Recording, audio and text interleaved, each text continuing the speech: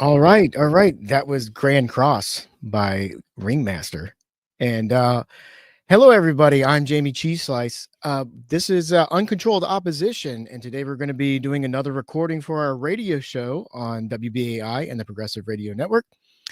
We're going to be recording for about an hour, and we have a good show for you today. It's on World War II. And because this is YouTube, I'm going to be a little bit careful. I don't want to use the H-man's name too often, but we can still say it as long as we're doing it in a academic context. According to YouTube, we have to be, we can't be praising what the Germans were doing in 1933, which is not what we're going to be doing here, just to be clear. This is all for YouTube.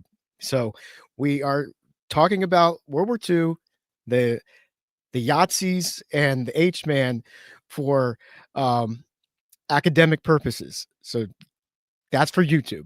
Now let's go ahead and bring on Gloria and Jayme. Hello, guys. How are you doing? How's everybody doing? So we can use the terms for World War II. I just wanted to kind of buffer the beginning of the episode for YouTube's sake, because they will hit you with censorship or stuff if you talk about certain things in the first couple minutes. But we can say the N word, the Nazi word, and we can say the H-man's word. I like Yahtzee. Yeah, well, that's what some of the channels say. Call them Yahtzees instead of the other word. But that's for YouTube censorship purposes. But I think we're going to be in the clear. I gave the disclaimer. This is an academic talk. We're not pro all that. So let's go ahead and bring in our guest, Dr. John Dowd. Hello, how are you? Well, thanks. Kris Millegan. I was not aware you were going to be on the show today, so I did not include you. I can't hear him. I will add that. Did you say you can't hear me? Oh, anyway. Okay. Is everybody ready? Because I'll hand it over to Gloria. Kris, can you hear anything? Okay, Kris is unable to hear. Okay. I can hear you. Oh, you can hear Gloria. Okay, you just can't hear Jayme. All right, well, you don't need to hear Jayme. So. Yeah, I'm going to be in the background. Okay, let's start. Okay. Let's go ahead and start getting it over to Gloria, and let's get this thing going.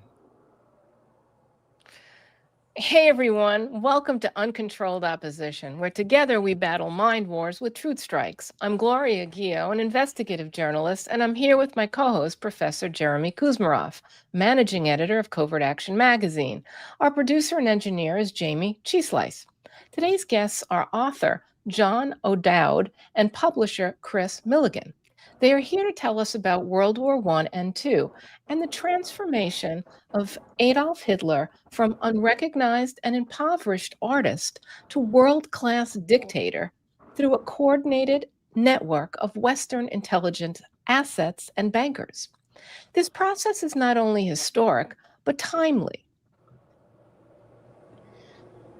and may very well be at work today in the United States. As such, it deserves our collective attention. The opinions you hear are ours and that of our guests, not those of WBAI, the Pacifica Foundation, or the Progressive Radio Network. At Uncontrolled Opposition, we have no idols and see world leaders as sock puppets of the predator class. We have witnessed that when these anointed ones cease to be useful to the transnational elite, or now technocratic oligarchs, they are summarily eliminated one way or another.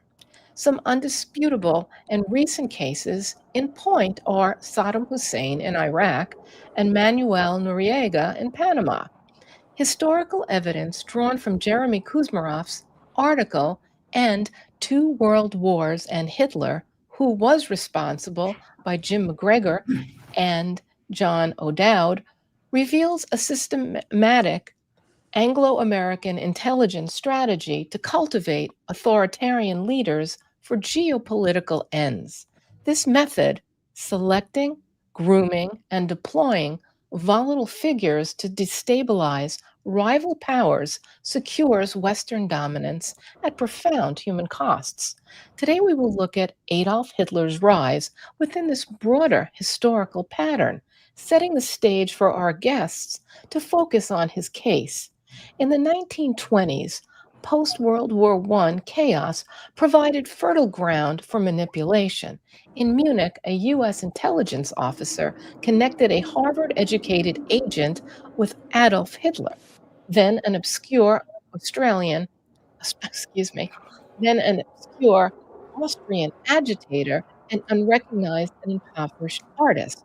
This agent provided financial backing to amplify Nazi propaganda and refined Hitler's public image, transforming him from a marginal voice to a national force. This was a calculated move by a network of bankers and operatives tied to the Milner Group's agenda to weaken Germany and Russia, ensuring Anglo-American hegemony. Proxy wars have always been popular. History repeats itself with today's proxy war set by NATO against Russia, using Ukrainians as cannon fodder. In 1933, a false flag event orchestrated to frame adversaries consolidated Hitler's power. It suspended civil liberties despite initial opposition from over 70% of Germans. False flags are always useful justification. Think 9/11 and the Patriot Act, and the green light to invade, occupy, and plunder the oil and resources of 7 countries in 5 years. This 1933 operation, fueled by Wall Street loans via the Dawes Plan and British appeasement, culminated in World War II's 70 million deaths, weakening Germany and the USSR while cementing Anglo-American supremacy, evidenced by over 1,000 U.S. foreign bases and installations today. This pattern repeats across history. In 1953, Iran's leader was toppled by CIA M16 Operation Ajax to secure Western oil interests. Pre-coup, 80% of Iran's oil reserves flowed to British firms. In 1973, Chile's Salvador Allende fell to a U.S.-backed coup with Augusto Pinochet's regime executing 3,000 and torturing 40,000 to protect corporate profits. Guatemala followed, and declassified records confirm over 70 CIA-led regime changes occurred from 1947 to 1989, with Indonesia's 1965 purge backed by US-provided kill list, killing 500,000. These outcomes secured markets, resources, and military dominance while supporting movements that supported the impoverished, while suppressing movements that supported the impoverished and working class. The mechanism is clear. Identify a volatile figure, amplify their influence through resources and coaching, and then steer them towards conflicts that serve imperial and predator class ends. The cost? Millions of lives, shattered nations, is externalized, while the architects remain obscured. This is not speculation. It's a documented blueprint of power. Our guests will explore how Hitler's rise fits this pattern, revealing the covert hands behind his ascent. Thank you. To start off, John, please tell us about yourself. As I understand, you're not only an author, but a scientist, and your co-writer, Jim MacGregor, is a physician. What inspired you both to delve into this complex research project? Hello, Gloria. Well, I couldn't have summarized the book better than you've just done, actually. There's very little left for me to say. Well, not exactly true. There's quite a lot to say, but you asked me about Jim and myself. Jim is a doctor, as you say, a family doctor. I'm a biochemist. I worked in cancer and cardiovascular disease, and I also went into research management as well. Jim and I got together just about the time that the UK was joining Bush II and setting up the Iraq War. And we started writing to newspapers quite independently of each other. We didn't know each other. And we were writing about, we knew what was going on. We understood fully that this was a setup. There were no weapons of mass destruction.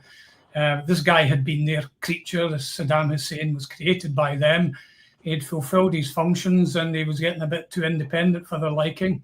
He was talking about denominating his oil in euros and non-dollar currencies, and they needed to get rid of him.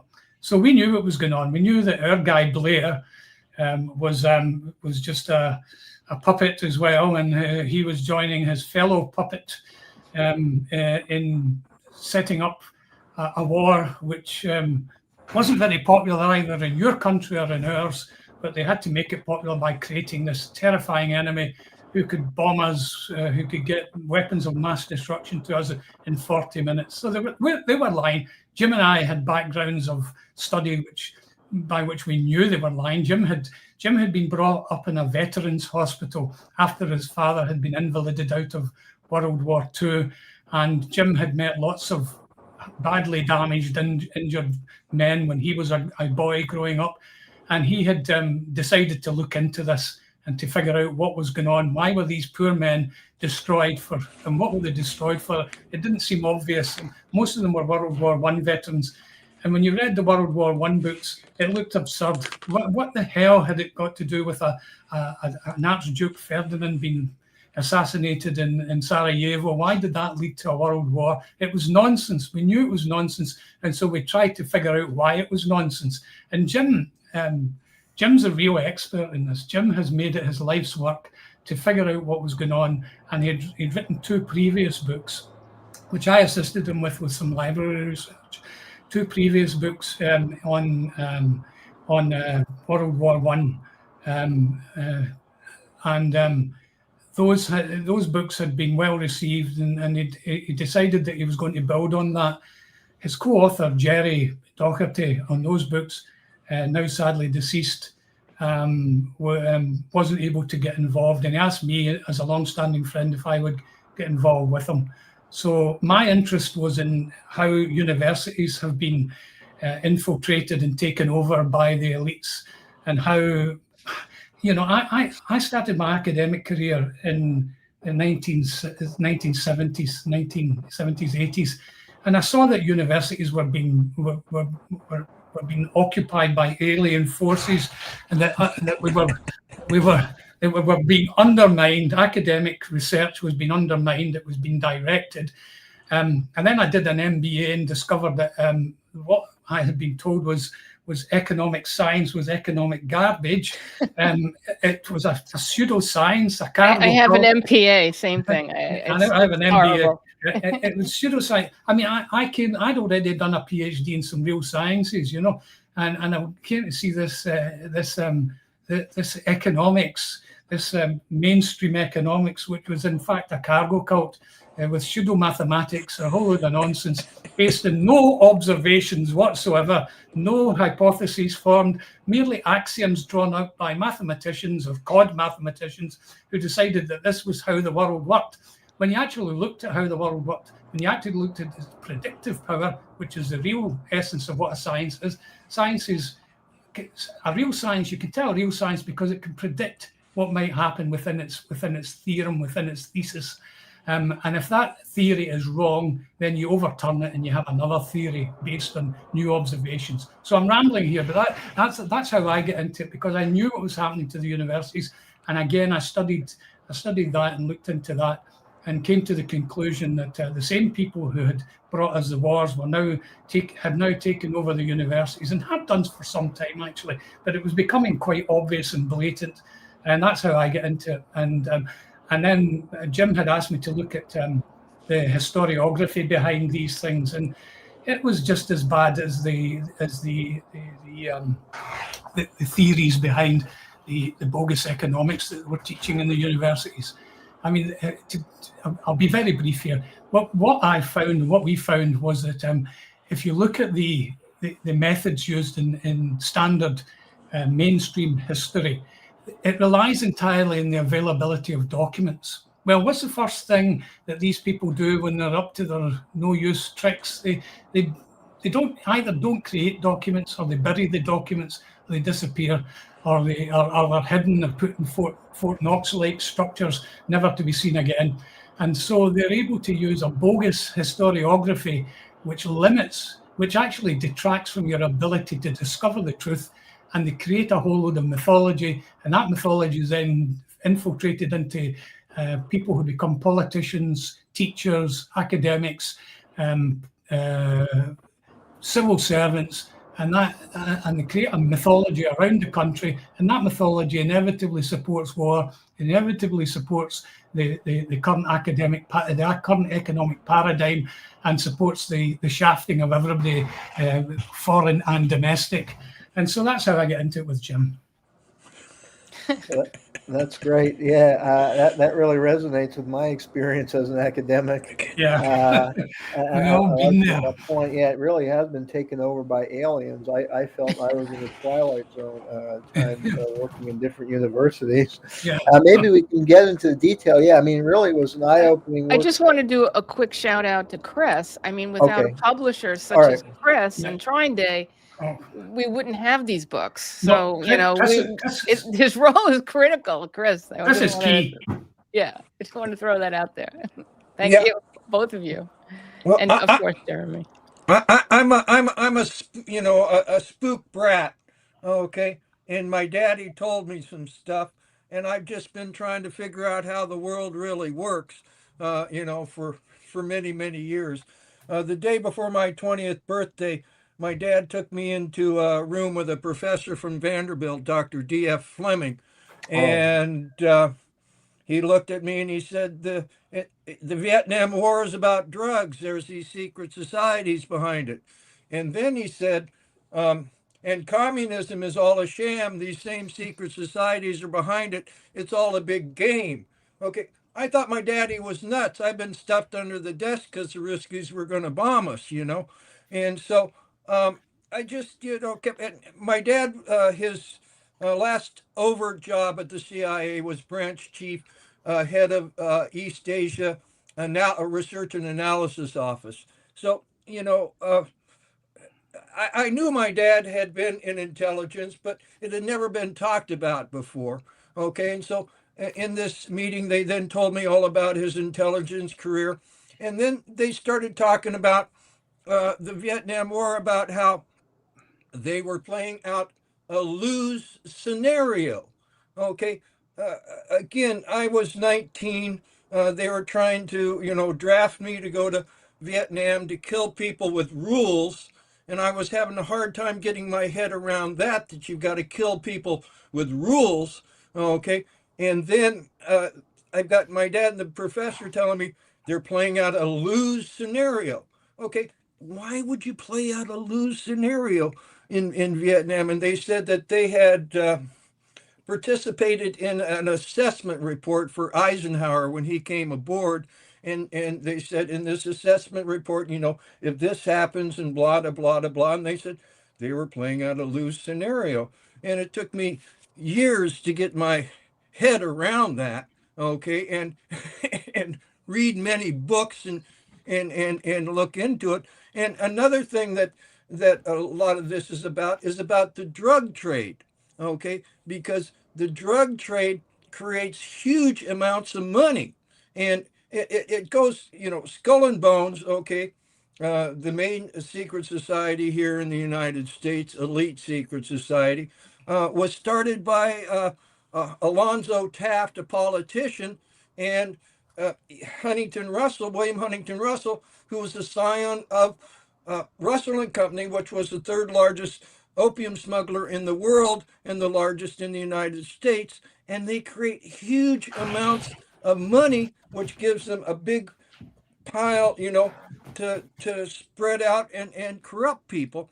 And then it's part of the psychological warfare, okay? Because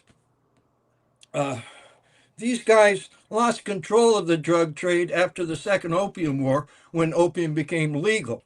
Okay, so they had to come up with a scheme to make opium illegal again. Okay, so what did they do? They did a false flag and fomented the Spanish-American War through yellow journalism and Remember the Maine. Okay, the Maine actually blew up from the inside. It didn't blow up from a Spanish torpedo. Okay, and you had Teddy Roosevelt as the Undersecretary of Navy. Okay, and the Secretary of Navy had the gout, and he went home early one day, and Teddy stepped up to the desk and put off a bunch of missives. Okay, but then the Secretary of Navy came back and said, Teddy, what did you do? And he never left early again. Okay, so finally they got, the Spanish-American War declared, but Teddy, he had time to, go get his friends and, run up the hill there.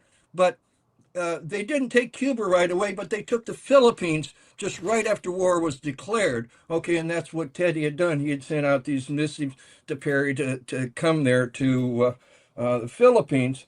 And why about the Philippines? Because Manila is the oldest Western port in the Far East. And while these guys were smuggling drugs, they didn't tell people, oh, we're smuggling drugs. We're a China trade. And they had always had a back office in Manila. Okay, so they sent out Arthur MacArthur as the first military governor, okay, of the Philippines. And then they declared the war over, well, before it was over, and sent out William Howard Taft, the son of the founder of the Order of Skull and Bones and a member of the Order of Skull and Bones. And he was asked by McKinley and Roosevelt to be on the Supreme Court, which is a lifetime appointment. He said no, and he ended up on the Supreme Court. He's the only guy to be both President of the United States and Chief Justice of the Supreme Court. And he finally left the Philippines as Secretary of War. Roosevelt asked him to be Secretary of War. He said, yeah, I'll be Secretary of War. My daddy was Secretary of War.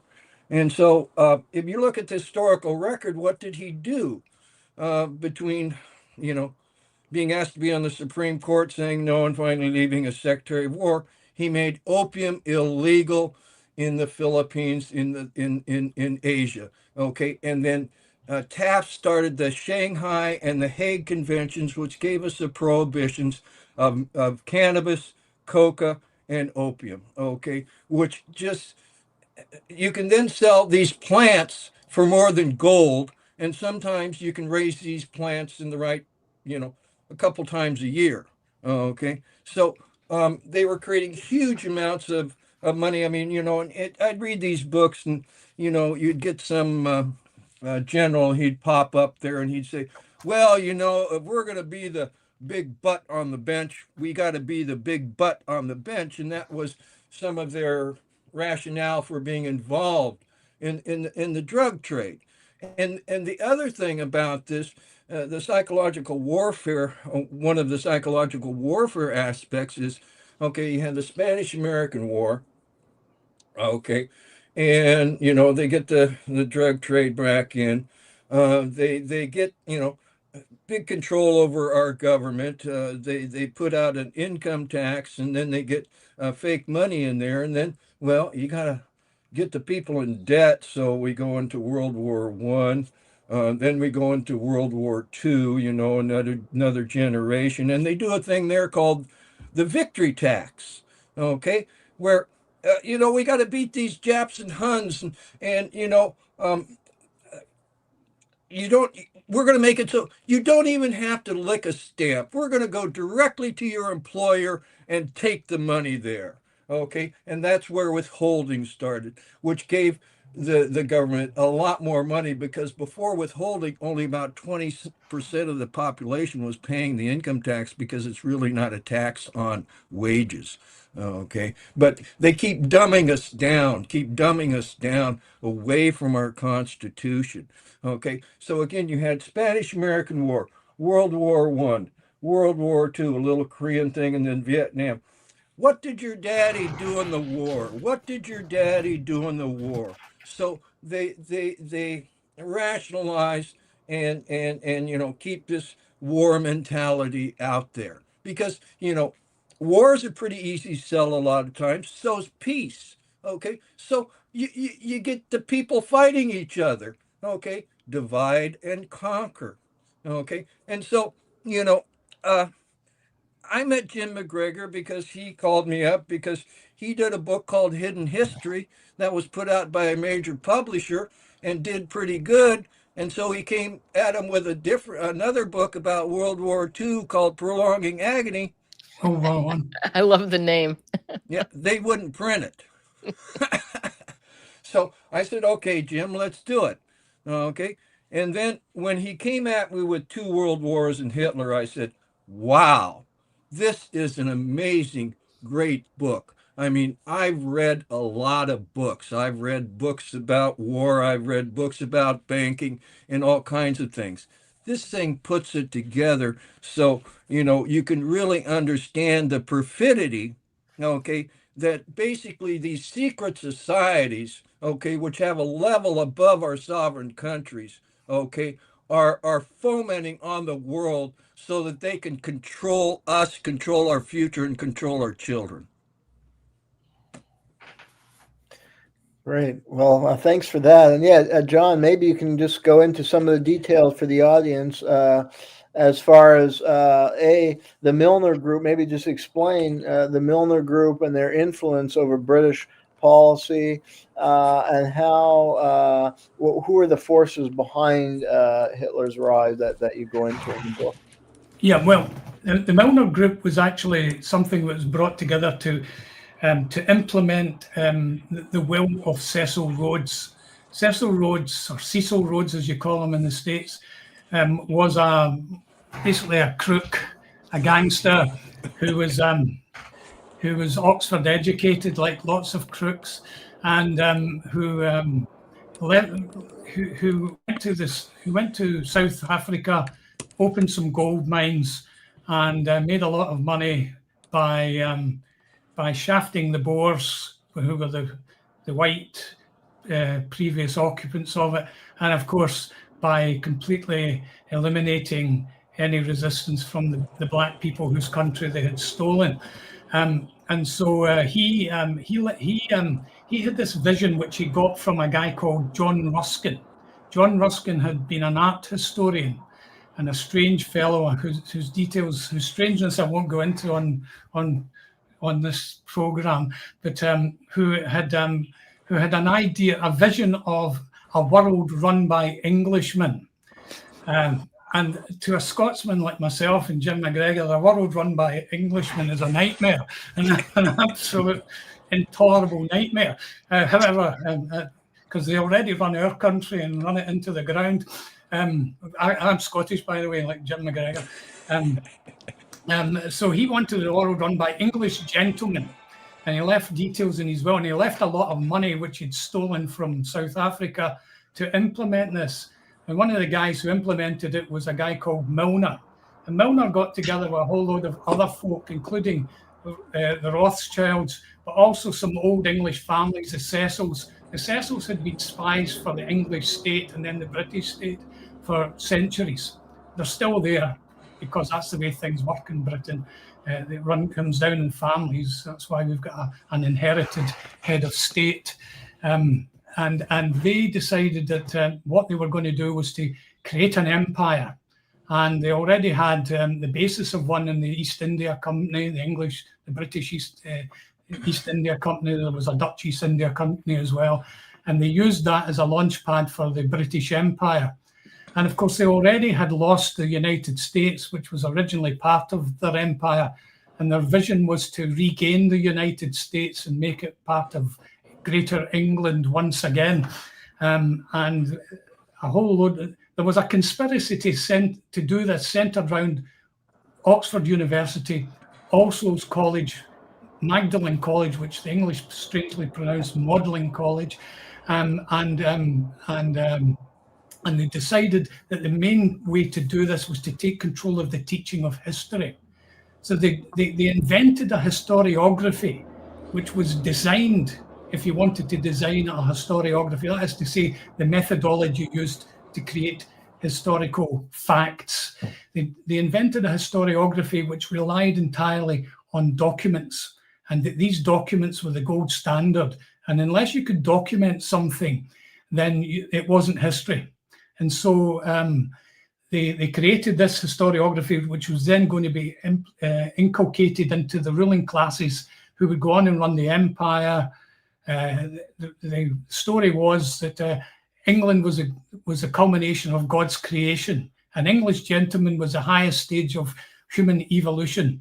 and that the whole world, have you seen some of these guys? Anyway, but the whole world had to look and sound like them, and sound like this old chips and stuff like that.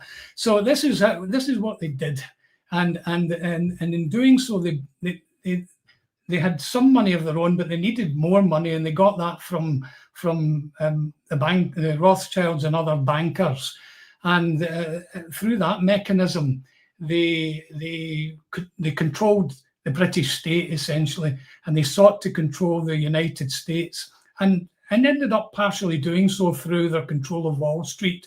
Well, not partially doing so, actually completely doing so, because Wall Street, finance capital, monopoly finance capital is the source of this problem, but it's too dry a subject to be the subject of an excellent book like Jim MacGregor's and mine. So Jim has told a story which illustrates how this actually works. And as Kris said, it involves secret societies, it involves the civic state, it involves academia, it involves the control of the army, it controls the military, it creates war in order to create demand for military products, and usefully also destroys inventory and creates more demand for military products. And it does all these things. So it really has, its tentacles go everywhere. It controlled the British Empire. The British Empire, the culmination of the British Empire, what happened then was during the late 18th century, Germany started to become a dominant industrial power, and Germany threatened Britain. And of course, the aim was set out by their overall aim was set out and works by a guy called Halford Mackinder, who was a colonial geographer, who was an imperial geographer to the British state, and was one of the founders of the London School of Economics, one of their foremost sources of untruth, which was then used. So they had to tie up certain things. They had to tie up the teaching of history. They had to tie up the teaching of economics. They had to create a new subject called economics, because before that, it had been a subject called political economy, which looked at power relations as well as financial relations. They had to get rid of the idea of power relations. They had to get rid of the idea of class. They had to get rid of anything that actually smacked of reality and a realistic approach to the analysis of society. And they decided to superimpose these pseudosciences, non-sciences, like history, economics, and they created a mythology around that.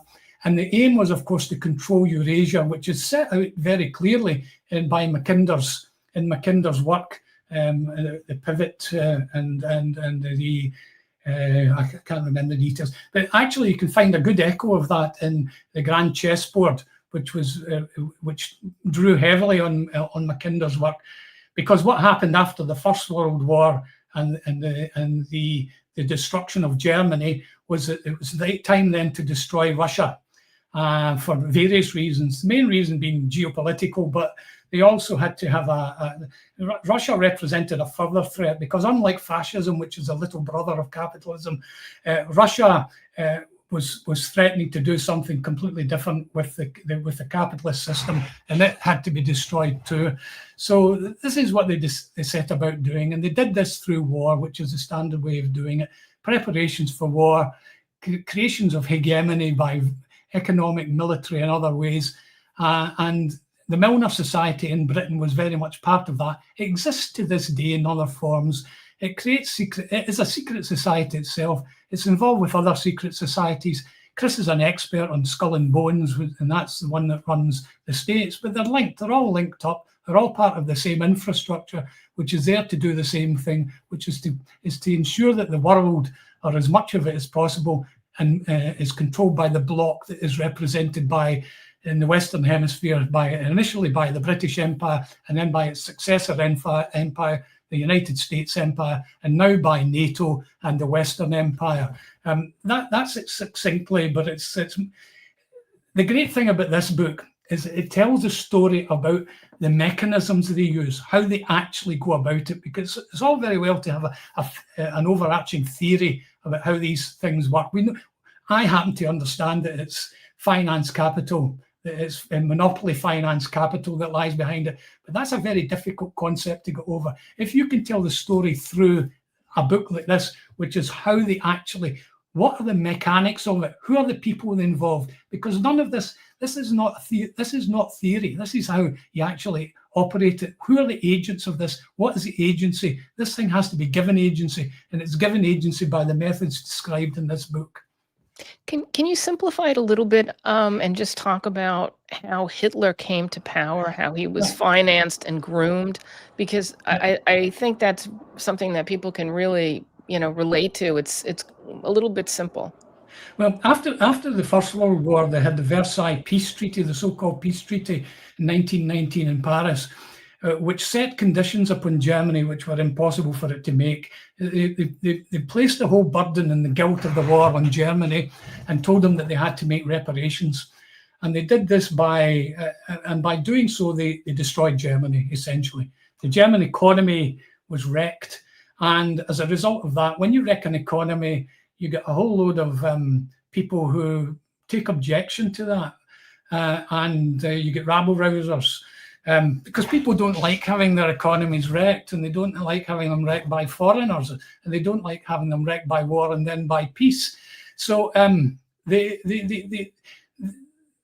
idea then was that they needed to find a rabble-rouser who could implement their plan vis-a-vis Germany, vis-a-vis Russia, because Russia was the next stage of the problem. They had actually raised Russia up quite a bit. There was quite a bit of Wall Street investment in Russia during the First World War. Massive amount. Well, most people don't know that, and it's very important. And Sutton, Anthony Sutton goes into this in great detail in his Wall Street trilogy and Wall Street and the Rise of the Bolsheviks. Kris is an expert in that, and he can tell you that, but it's covered in our book briefly. But so they had built up Russia to be a reasonably formidable force, and they had in some ways probably been involved in the installation of Stalin and his Stalinist bureaucracy, which took the place of a supposed Marxian economy, and they built that up, and then they decided, well, it was getting too strong; it had to be brought down. So the overall plan then was to raise Germany, but they needed to raise the right kind of Germany. They needed to raise a Germany that they controlled, and they had the mechanism by which they did that was to essentially wreck the German economy, make sure that they pay reparations in gold, and the gold was repatriated, and then they introduced their own currency through the Dawes Plan and the Young Plan, which was basically, these guys basically worked for Wall Street through General Electric, and they went in there and built up the economy, built up the military economy. They did that surreptitiously at first, but certainly built up the industrial economy. And they also had to. There was a thing called the Weimar Republic, which was a democratically elected successor state to the German state, which the Kaiser's German state, which they destroyed. And they used various mechanisms involving banking and dubious tactics to bring it down. And meantime, they were doing some talent spotting, and they'd spotted a guy called Hitler that you mentioned. Now, the way they got to Hitler, or one of the ways they got to Hitler, is that there was this chap called Ernst Putzi Hamstangl. His name was Ernst Hamstangl. He was a German-American. His mother came from a long line of Boston Brahmins, and his father, Hamstangl, was a minor German aristocracy, and they had lots of money. They had art. They had an art establishment. They eventually had a gallery in Fifth Avenue in New York, and Hamstangl was also related to the people who ran Harvard College. And he was sent off to Harvard.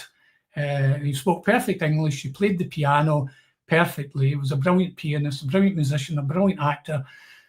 He went off he was sent put under the wing of Eliot, who was the president of Harvard College at the time, who was his wife's uncle.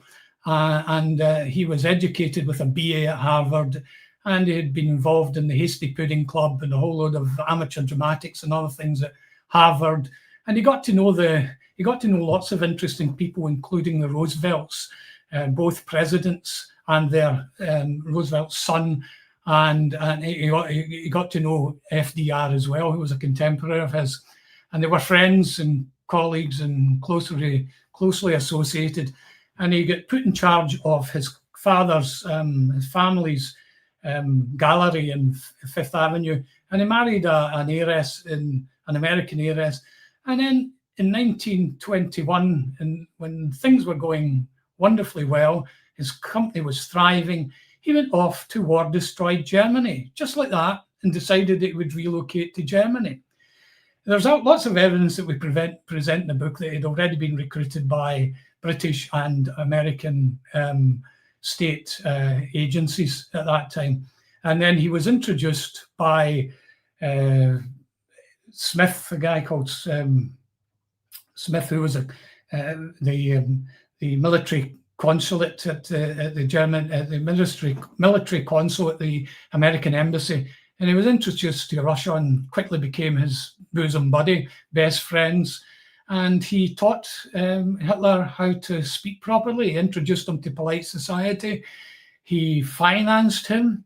He helped finance, or he provided finances by, presumably, through Wall Street and their agents.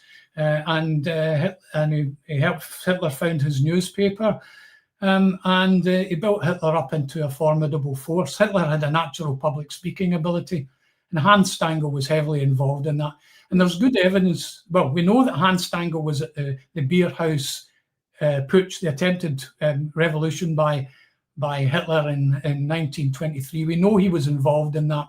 He was there, and Hitler was actually rescued by, after that, he ran, the first thing he did was to run to Putz's flat in Munich, and Putz's wife helped him, allegedly prevented him committing suicide. And something that came up that I think is really important at this moment is the point that he was injured and then he was hospitalized and then he was brainwashed. Can you talk a little bit about that? Well, he was introduced to Rudolf Hess and others at that time, and there were various people. I don't know about brainwashed, but he certainly was hypnotized. I think was the word actually that was used. Hypnotized. Yeah, well, he came under the sway, shall we say, of certain people who taught him skills, social and political skills. And I wouldn't go any higher than that. I wouldn't say it was any more than that. And that he then tried this strange and foolhardy attempted coup in Munich in 1923, and was rescued from that. He was physically injured from that, and he was rescued from that by help by Putzi and his wife. And they were then, he then went to jail. He went to jail for a period. He was sentenced to quite a lengthy sentence, but in fact, it didn't serve much. And he's in jail. He was actually, it wasn't much like a jail. He had good food brought to him. He had a chef. Lots of people visited him, including people from Munich University that Putzi knew, who helped him. And during this period, he produced his manifesto, Mein Kampf, which was partly written by him, partly ghostwritten. It should be said that Hitler had a very good war in the First World War. He was a war hero in the First World War. He got an Iron Cross and he earned it. He was quite brave, but he wasn't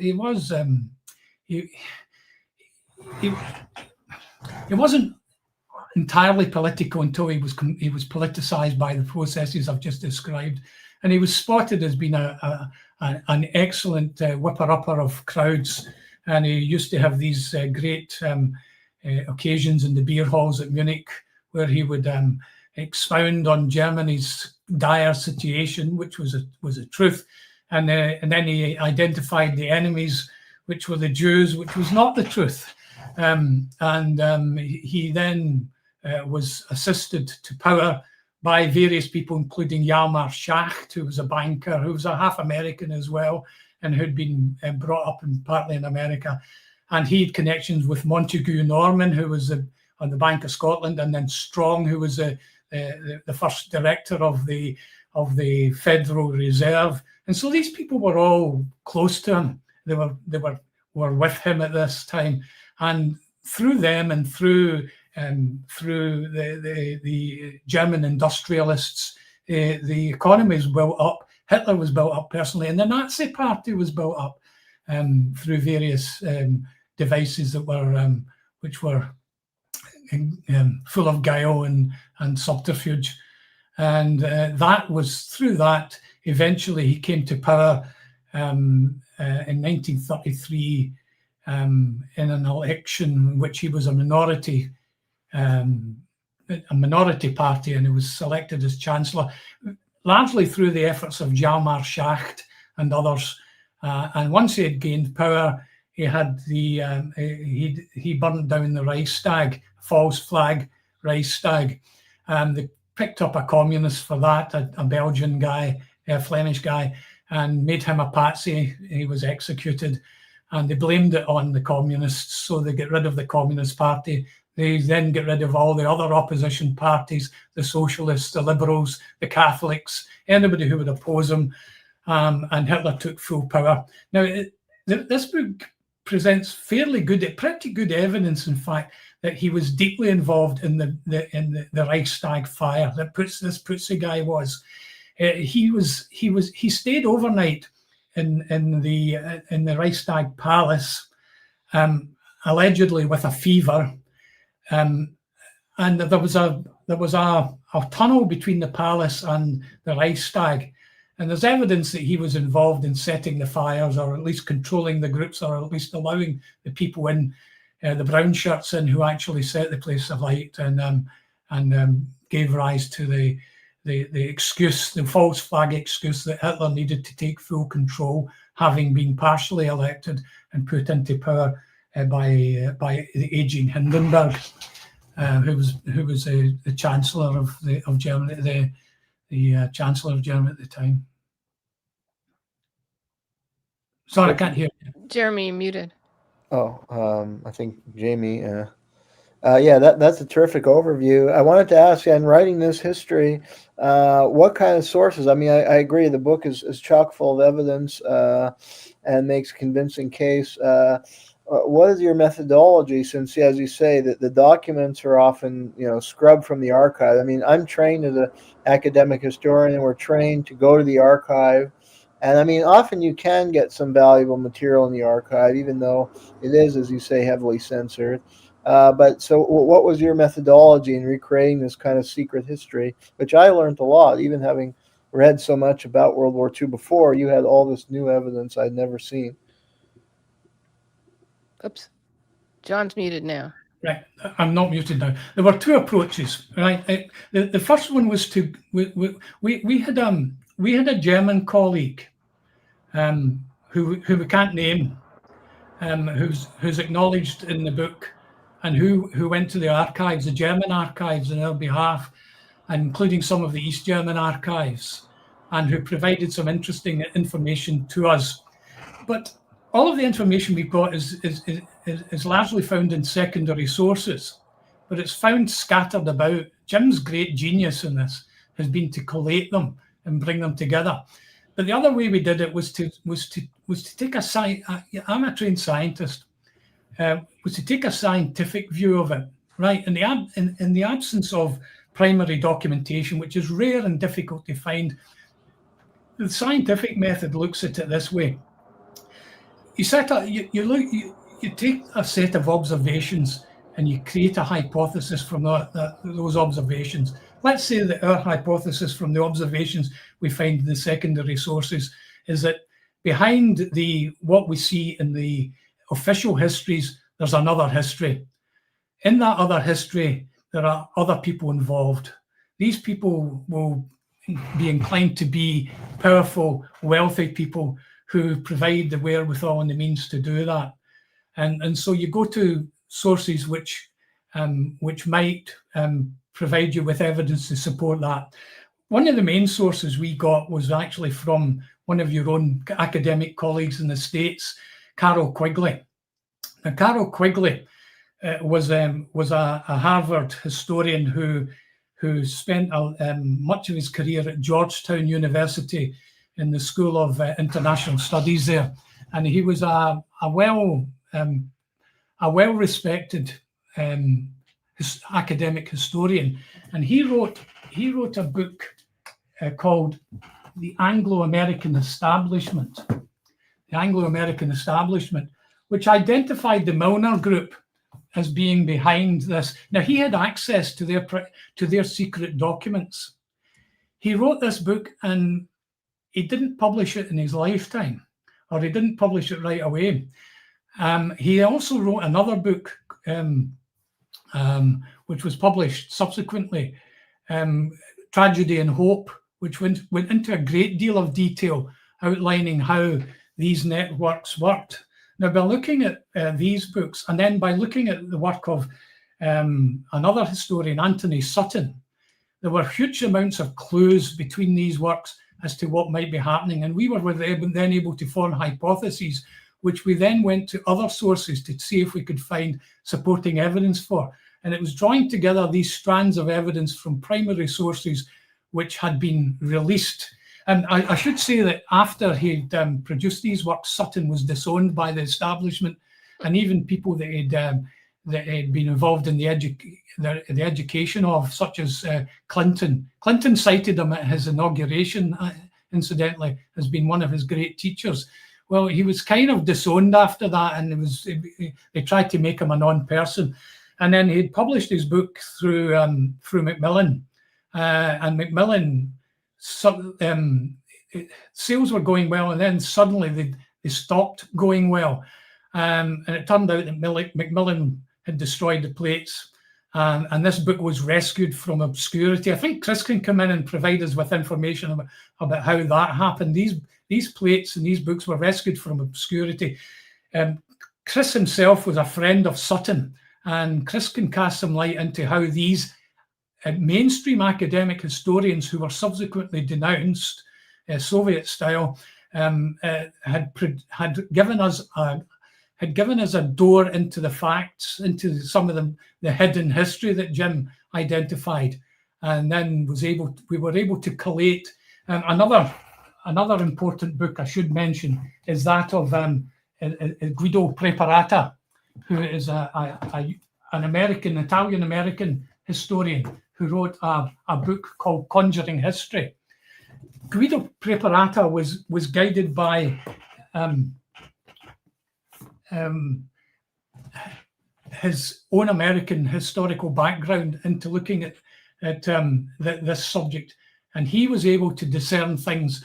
In fact, one of the great strengths of his book, Conjuring Hitler, is how Guido Preparata traces how the economics of this were utilized. First of all, to have booms and then busts, and the busts and the booms coming at the right time, and the Great Depression coming just at the right time to allow the destruction of the Weimar Republic and the expatriation of German gold, etc. So it was using all these different strands of history to see if we could test our hypothesis against them, that this book was created.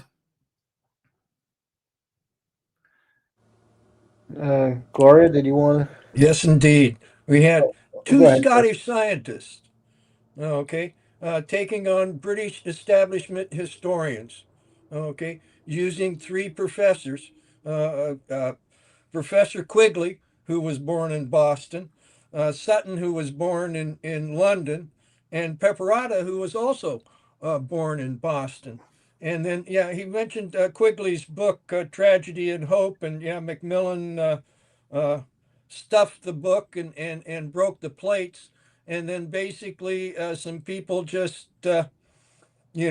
Xeroxed the book and then started printing it again, quote unquote, illegally. Okay. But the information is, I mean, books are amazing things. I mean, they just sit there silently until people pick them up. And, books can change people's lives. And, the secret societal system will, they'll dump on their own country, okay, because they have oaths that give their loyalty to the secret societal group. Okay, because like Skull and Bones is a German. Okay, it's an outgrowth of a German secret society. Okay, and Hitler was basically sent in by German intelligence into the Thule Society as a quote unquote spy, and then got taken in and used in these kabuki theater type atmospheres to manipulate the public, manipulate us, and try and get to the future that they're looking at, and it's really it's quite insidious, and I just can't say enough about this book because again, like I said before, I've read lots of books, okay, on these subjects, and there's nothing that puts it together and helps people understand, these evil actions that people are doing to stay in power and keeping humanity down and we have we could have such a beautiful world on this blue ball that's spinning through space that we all live on. So I'm very hopeful that people will read this book and understand and try and get to a better place for our children. Thanks. I just want to return a little bit to this hypnosis part because Jeremy Well, and I see. that was actually something I added from another researcher. I don't think the book Oh, went okay. into that. That's a Yeah. theory. Well, Can you just explain it a little I bit? don't think that's proven, that theory. well, That's the Thule Society was involved with what we now known as mind control. Okay, and basically, they called it Operation Bluebird because of Metrolink's play. Okay, where was Metrolink's play first put on? It was put on 1906 in Moscow, the same place that you have Pavlov doing his dogs. So you have the early parts of the technology of mind control that there are people that say that was being used on Hitler too.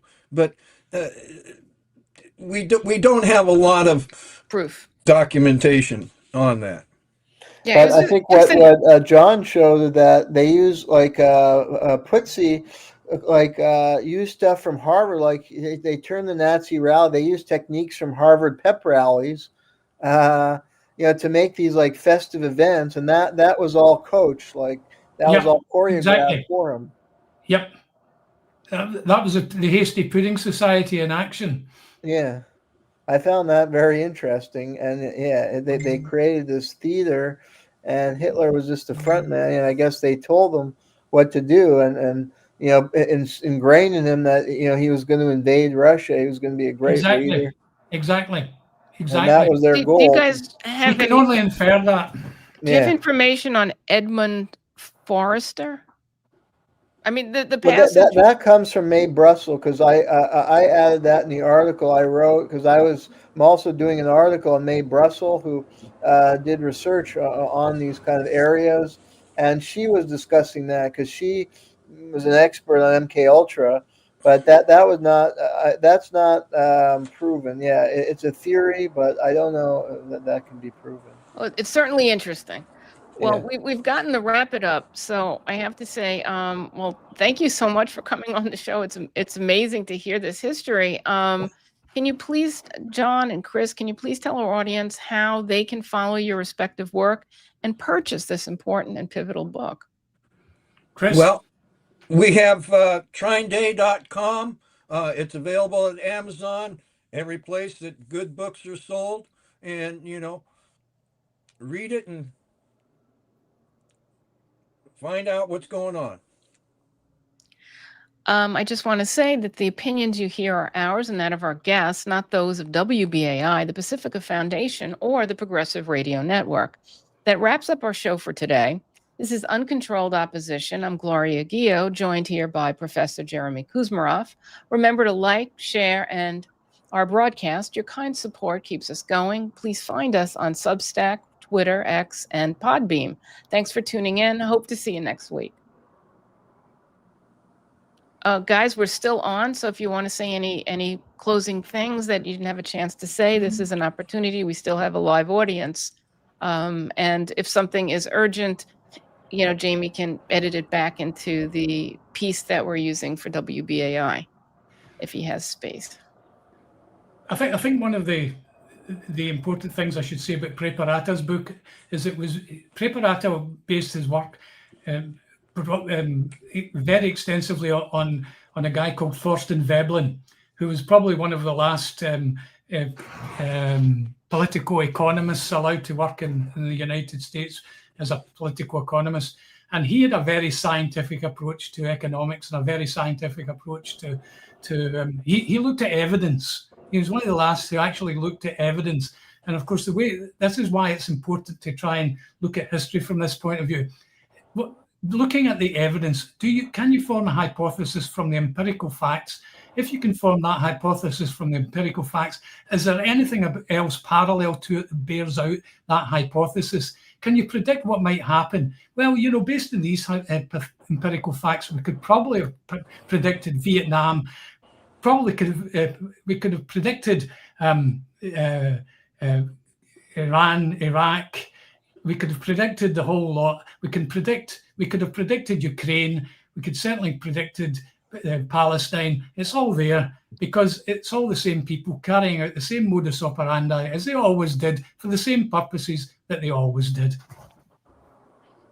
I mean, we could also extrapolate to the future here, and there's all of this kind of warfare between the Democrats and the Republicans, and it's, they're trying to create this civil war. They have movies with predictive programming about a civil war. They are, considering Trump a dictator, but not Biden. It's very inflammatory. We had this No Kings protests. I mean, it's divide and rule. And then, when you look into like these protests, which I have, and so is Jayme, you find out they're funded by, people who are very much involved in color revolutions throughout Eastern Europe.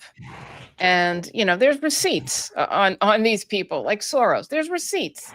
And, it's, then we look at Soros and we look at the fact that he does this shorting of economies and how he's considered the person who broke the Bank of England. So it's curious as to these people. What's their ultimate game with the United States? Is it to tank the United States? That's how they brought Hitler to power. I mean, this is the exact same methodology. The Wall Street crash didn't happen. It was not a crash. It didn't happen. It was crashed deliberately. Going off the gold standard was a deliberate stratagem cooked up between Schacht, Montague Norman, and Strong in the States. These things. Nothing happens by accident. We don't believe in coincidences.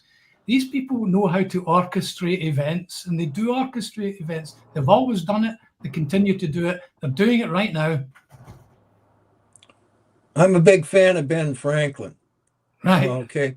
And sovereign money is much different than like the Federal Reserve dollar and other things like that. And that's really a big part of all of this. And the essence of the United States of America, okay, the travails that they went through to understand what they needed to create here, Okay. And then basically there were people that were working against the Constitution before it was the ink was even dry. Okay. And these forces have continued because again, they want control. They do not want government of and by and for the people.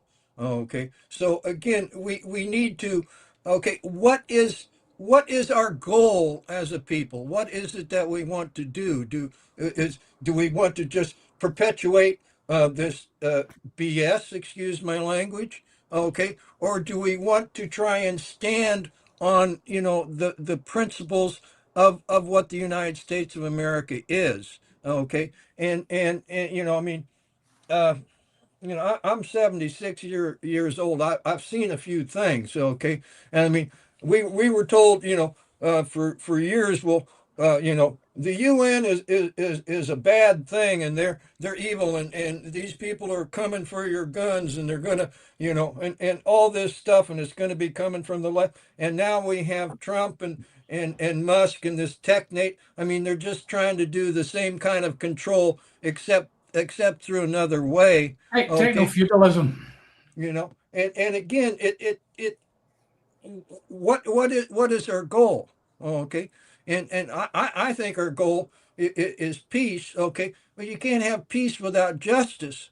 Okay, and I mean, we could spend 100 years, okay, trying to figure it out and maybe figure it out and say, well, okay, this is what happened, this is what happened, this.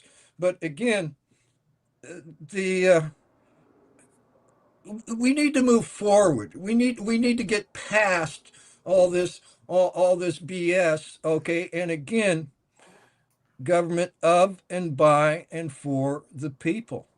That is the goal. And so how do we get there? Okay, do we get there by voting? Well, If yeah, but voting then could some change people anything, say they'd ban it. the voting is controlled in a way. Okay, so how do we get honest government? I mean, that's basically what we want because there's people that say, well, we don't need government. Well, You should you should we make it do. you should make it a criminal offence to pay a politician to pay a politician's campaign, and you should make it a criminal offence for the politician to receive funds. Well, it was. I I mean, know, I know, when I grew up, you didn't have a but couple of companies owning all the TV stations. but you You have to know, look at, you have to look fundamentally at what you've got. In both your country and mine, we have something called so-called representative democracy.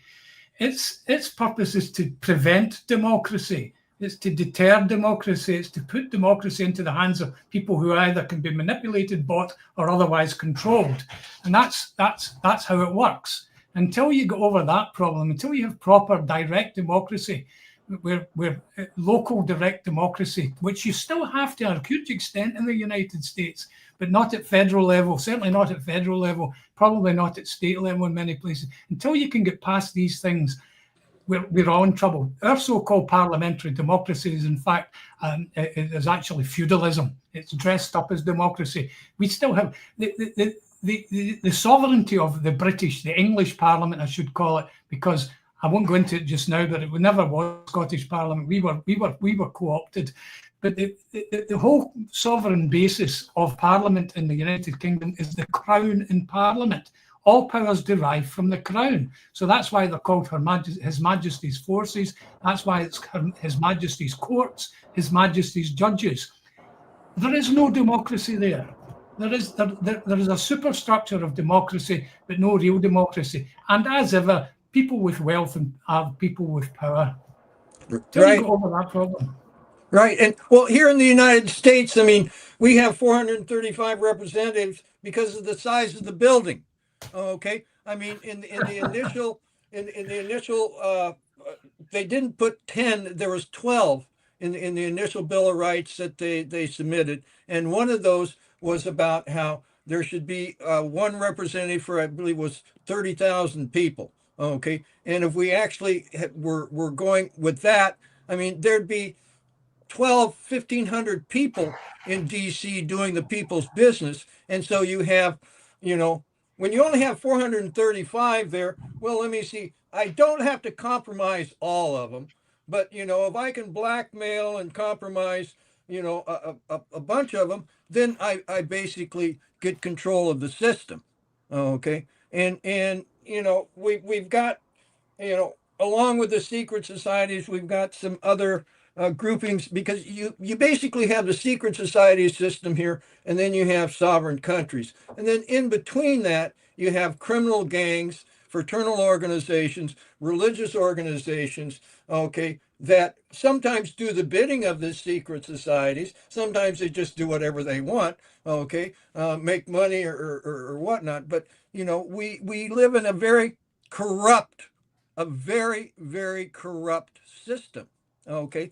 And even though it gets exposed, okay, Nothing happens. it still seems to hobble along. And I mean, we if you go back and you look at some of the impediments that our forefathers, and not just talking about the revolutionary forefathers, but the wisdom of those people, when the FCC says, well, you can't own all these radio stations, you can't own all these TV stations, because it's a national security thing. It has to do with democracy, But the powers that be have allowed the powers that be to be in control. Yeah, that's true. I think we have to call it a wrap. Jayme, you coming back? Oh, I mean, thanks, look, guys. we can go Yeah, as long as you guys want to this stick was around. a great discussion, and Yeah. great program. So appreciate you Yeah. two coming on, and it was a really great book. Fantastic. Well, Kris, I appreciate a lot of the books he publishes, and I've reviewed a number in the last year or two, and he publishes some great books. And this is definitely among them. So Thanks for the review, Jeremy. Thanks for your review of Thank ours. you. My Yeah, pleasure. my very pleasure. The I only learned a Jeremy's lot from it. article. I mean, I still teach at a community college, and we cover World War II, and I've taught courses, I've read a lot, but I learned so much new from your books. So. the one thing I want to say to both Kris and John is that Kris was talking about what's fundamental, and he said you need to have peace, you have to have justice, and I would say even more important, you need to have truth. And I want to thank Kris and John for bringing us truth, because without truth, we can't have peace and we can't have justice. And if we don't look back, we can't look forward. So thank you for your commitments to truth. Thank you. Thank you for that. Yeah. Thank you. Can I just say one thing? I don't like to join in when there's this many people here, because I think four is enough. But since we got everybody here, if you've got a few minutes, one of the things about World War II that's always kind of perplexed me is I really had a hard time understanding why it is that when the 1930s Germany was in opposition to the West, when you look at what they were all about, it seemed like they were far more aligned with Western values than it being in opposition to it. And it's hard for me to understand why we were on opposite sides in that war. And I think this book is touching on that. But it's still hard for me to articulate it. It almost seems like it's just like Hitler was a rabid attack dog, and he got off his leash, and then the Western side had to put him down. I mean, that's the best way I can seem to summarize it. Does that make sense, or is there a better way to kind of put that together and articulate that? Because it's hard for me to wrap my mind around it.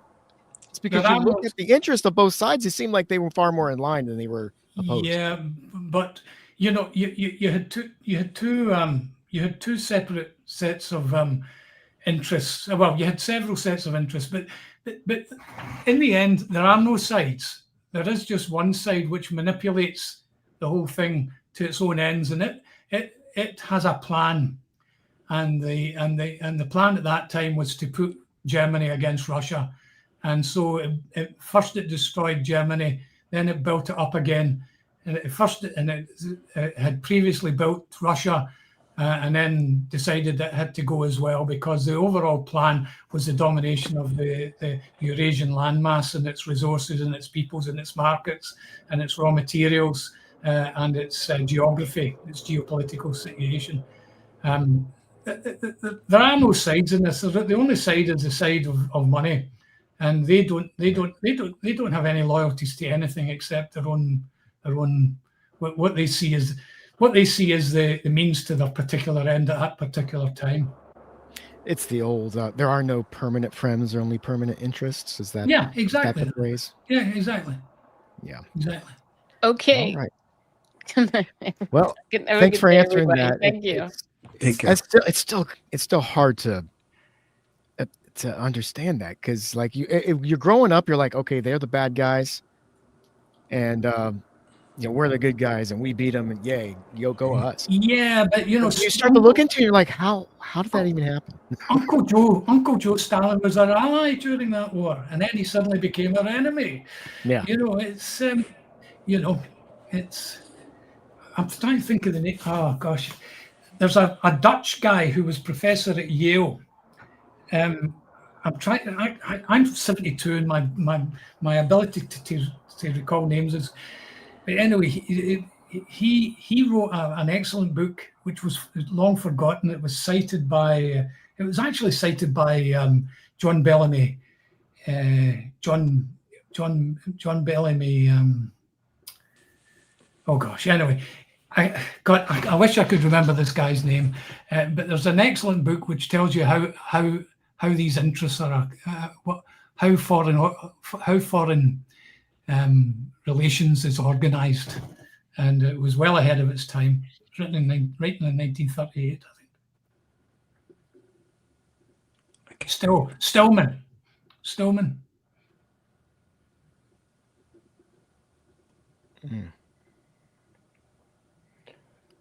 Okay, well, I've got to run. So yeah, I missed that last part. I think something dropped out there. All right, okay. It might have been on my end though. Stillman. What's the author's name? Oh gosh, I think it's Stillman. He's a Dutch guy who was a professor at Yale at that time. He'd previously. Oh, Sickman, was it? I think I know who you're talking about. Yeah. Maybe Sickman or something like that. Yeah. He was cited by John Bellamy Foster in one of the things I was reading by him.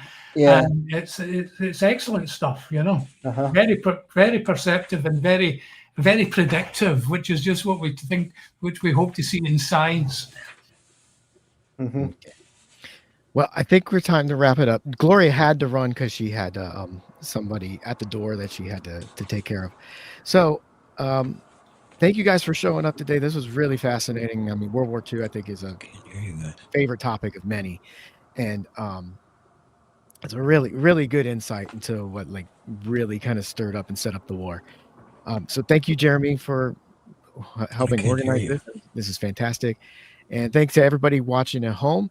And everybody that's going to listen to this on the radio, definitely check us out. Also, somebody brought this up early in the show. Where's Craig? Because this is Pasta's channel. And I don't say this enough. I need to remind you, Uncontrolled Opposition is a production by Pasta to Go. And Craig Pasta is the executive producer of the show. I just want to make sure I throw that out there. And definitely had some good comments too, like this one from John Spritzer. Terrific talks.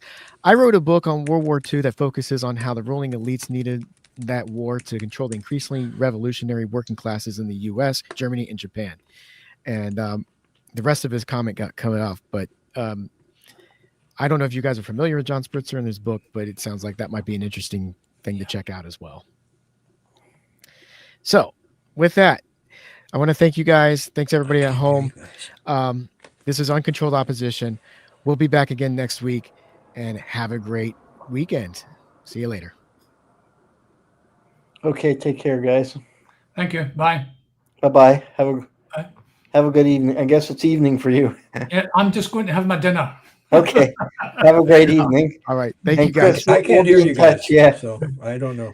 Kris, how are you? You good? I'm fine. Yeah, I'm fine. Good. Okay. Well, thank you guys. We're going to get out of here. It was fantastic. Right. Okay. Bye-bye. Bye.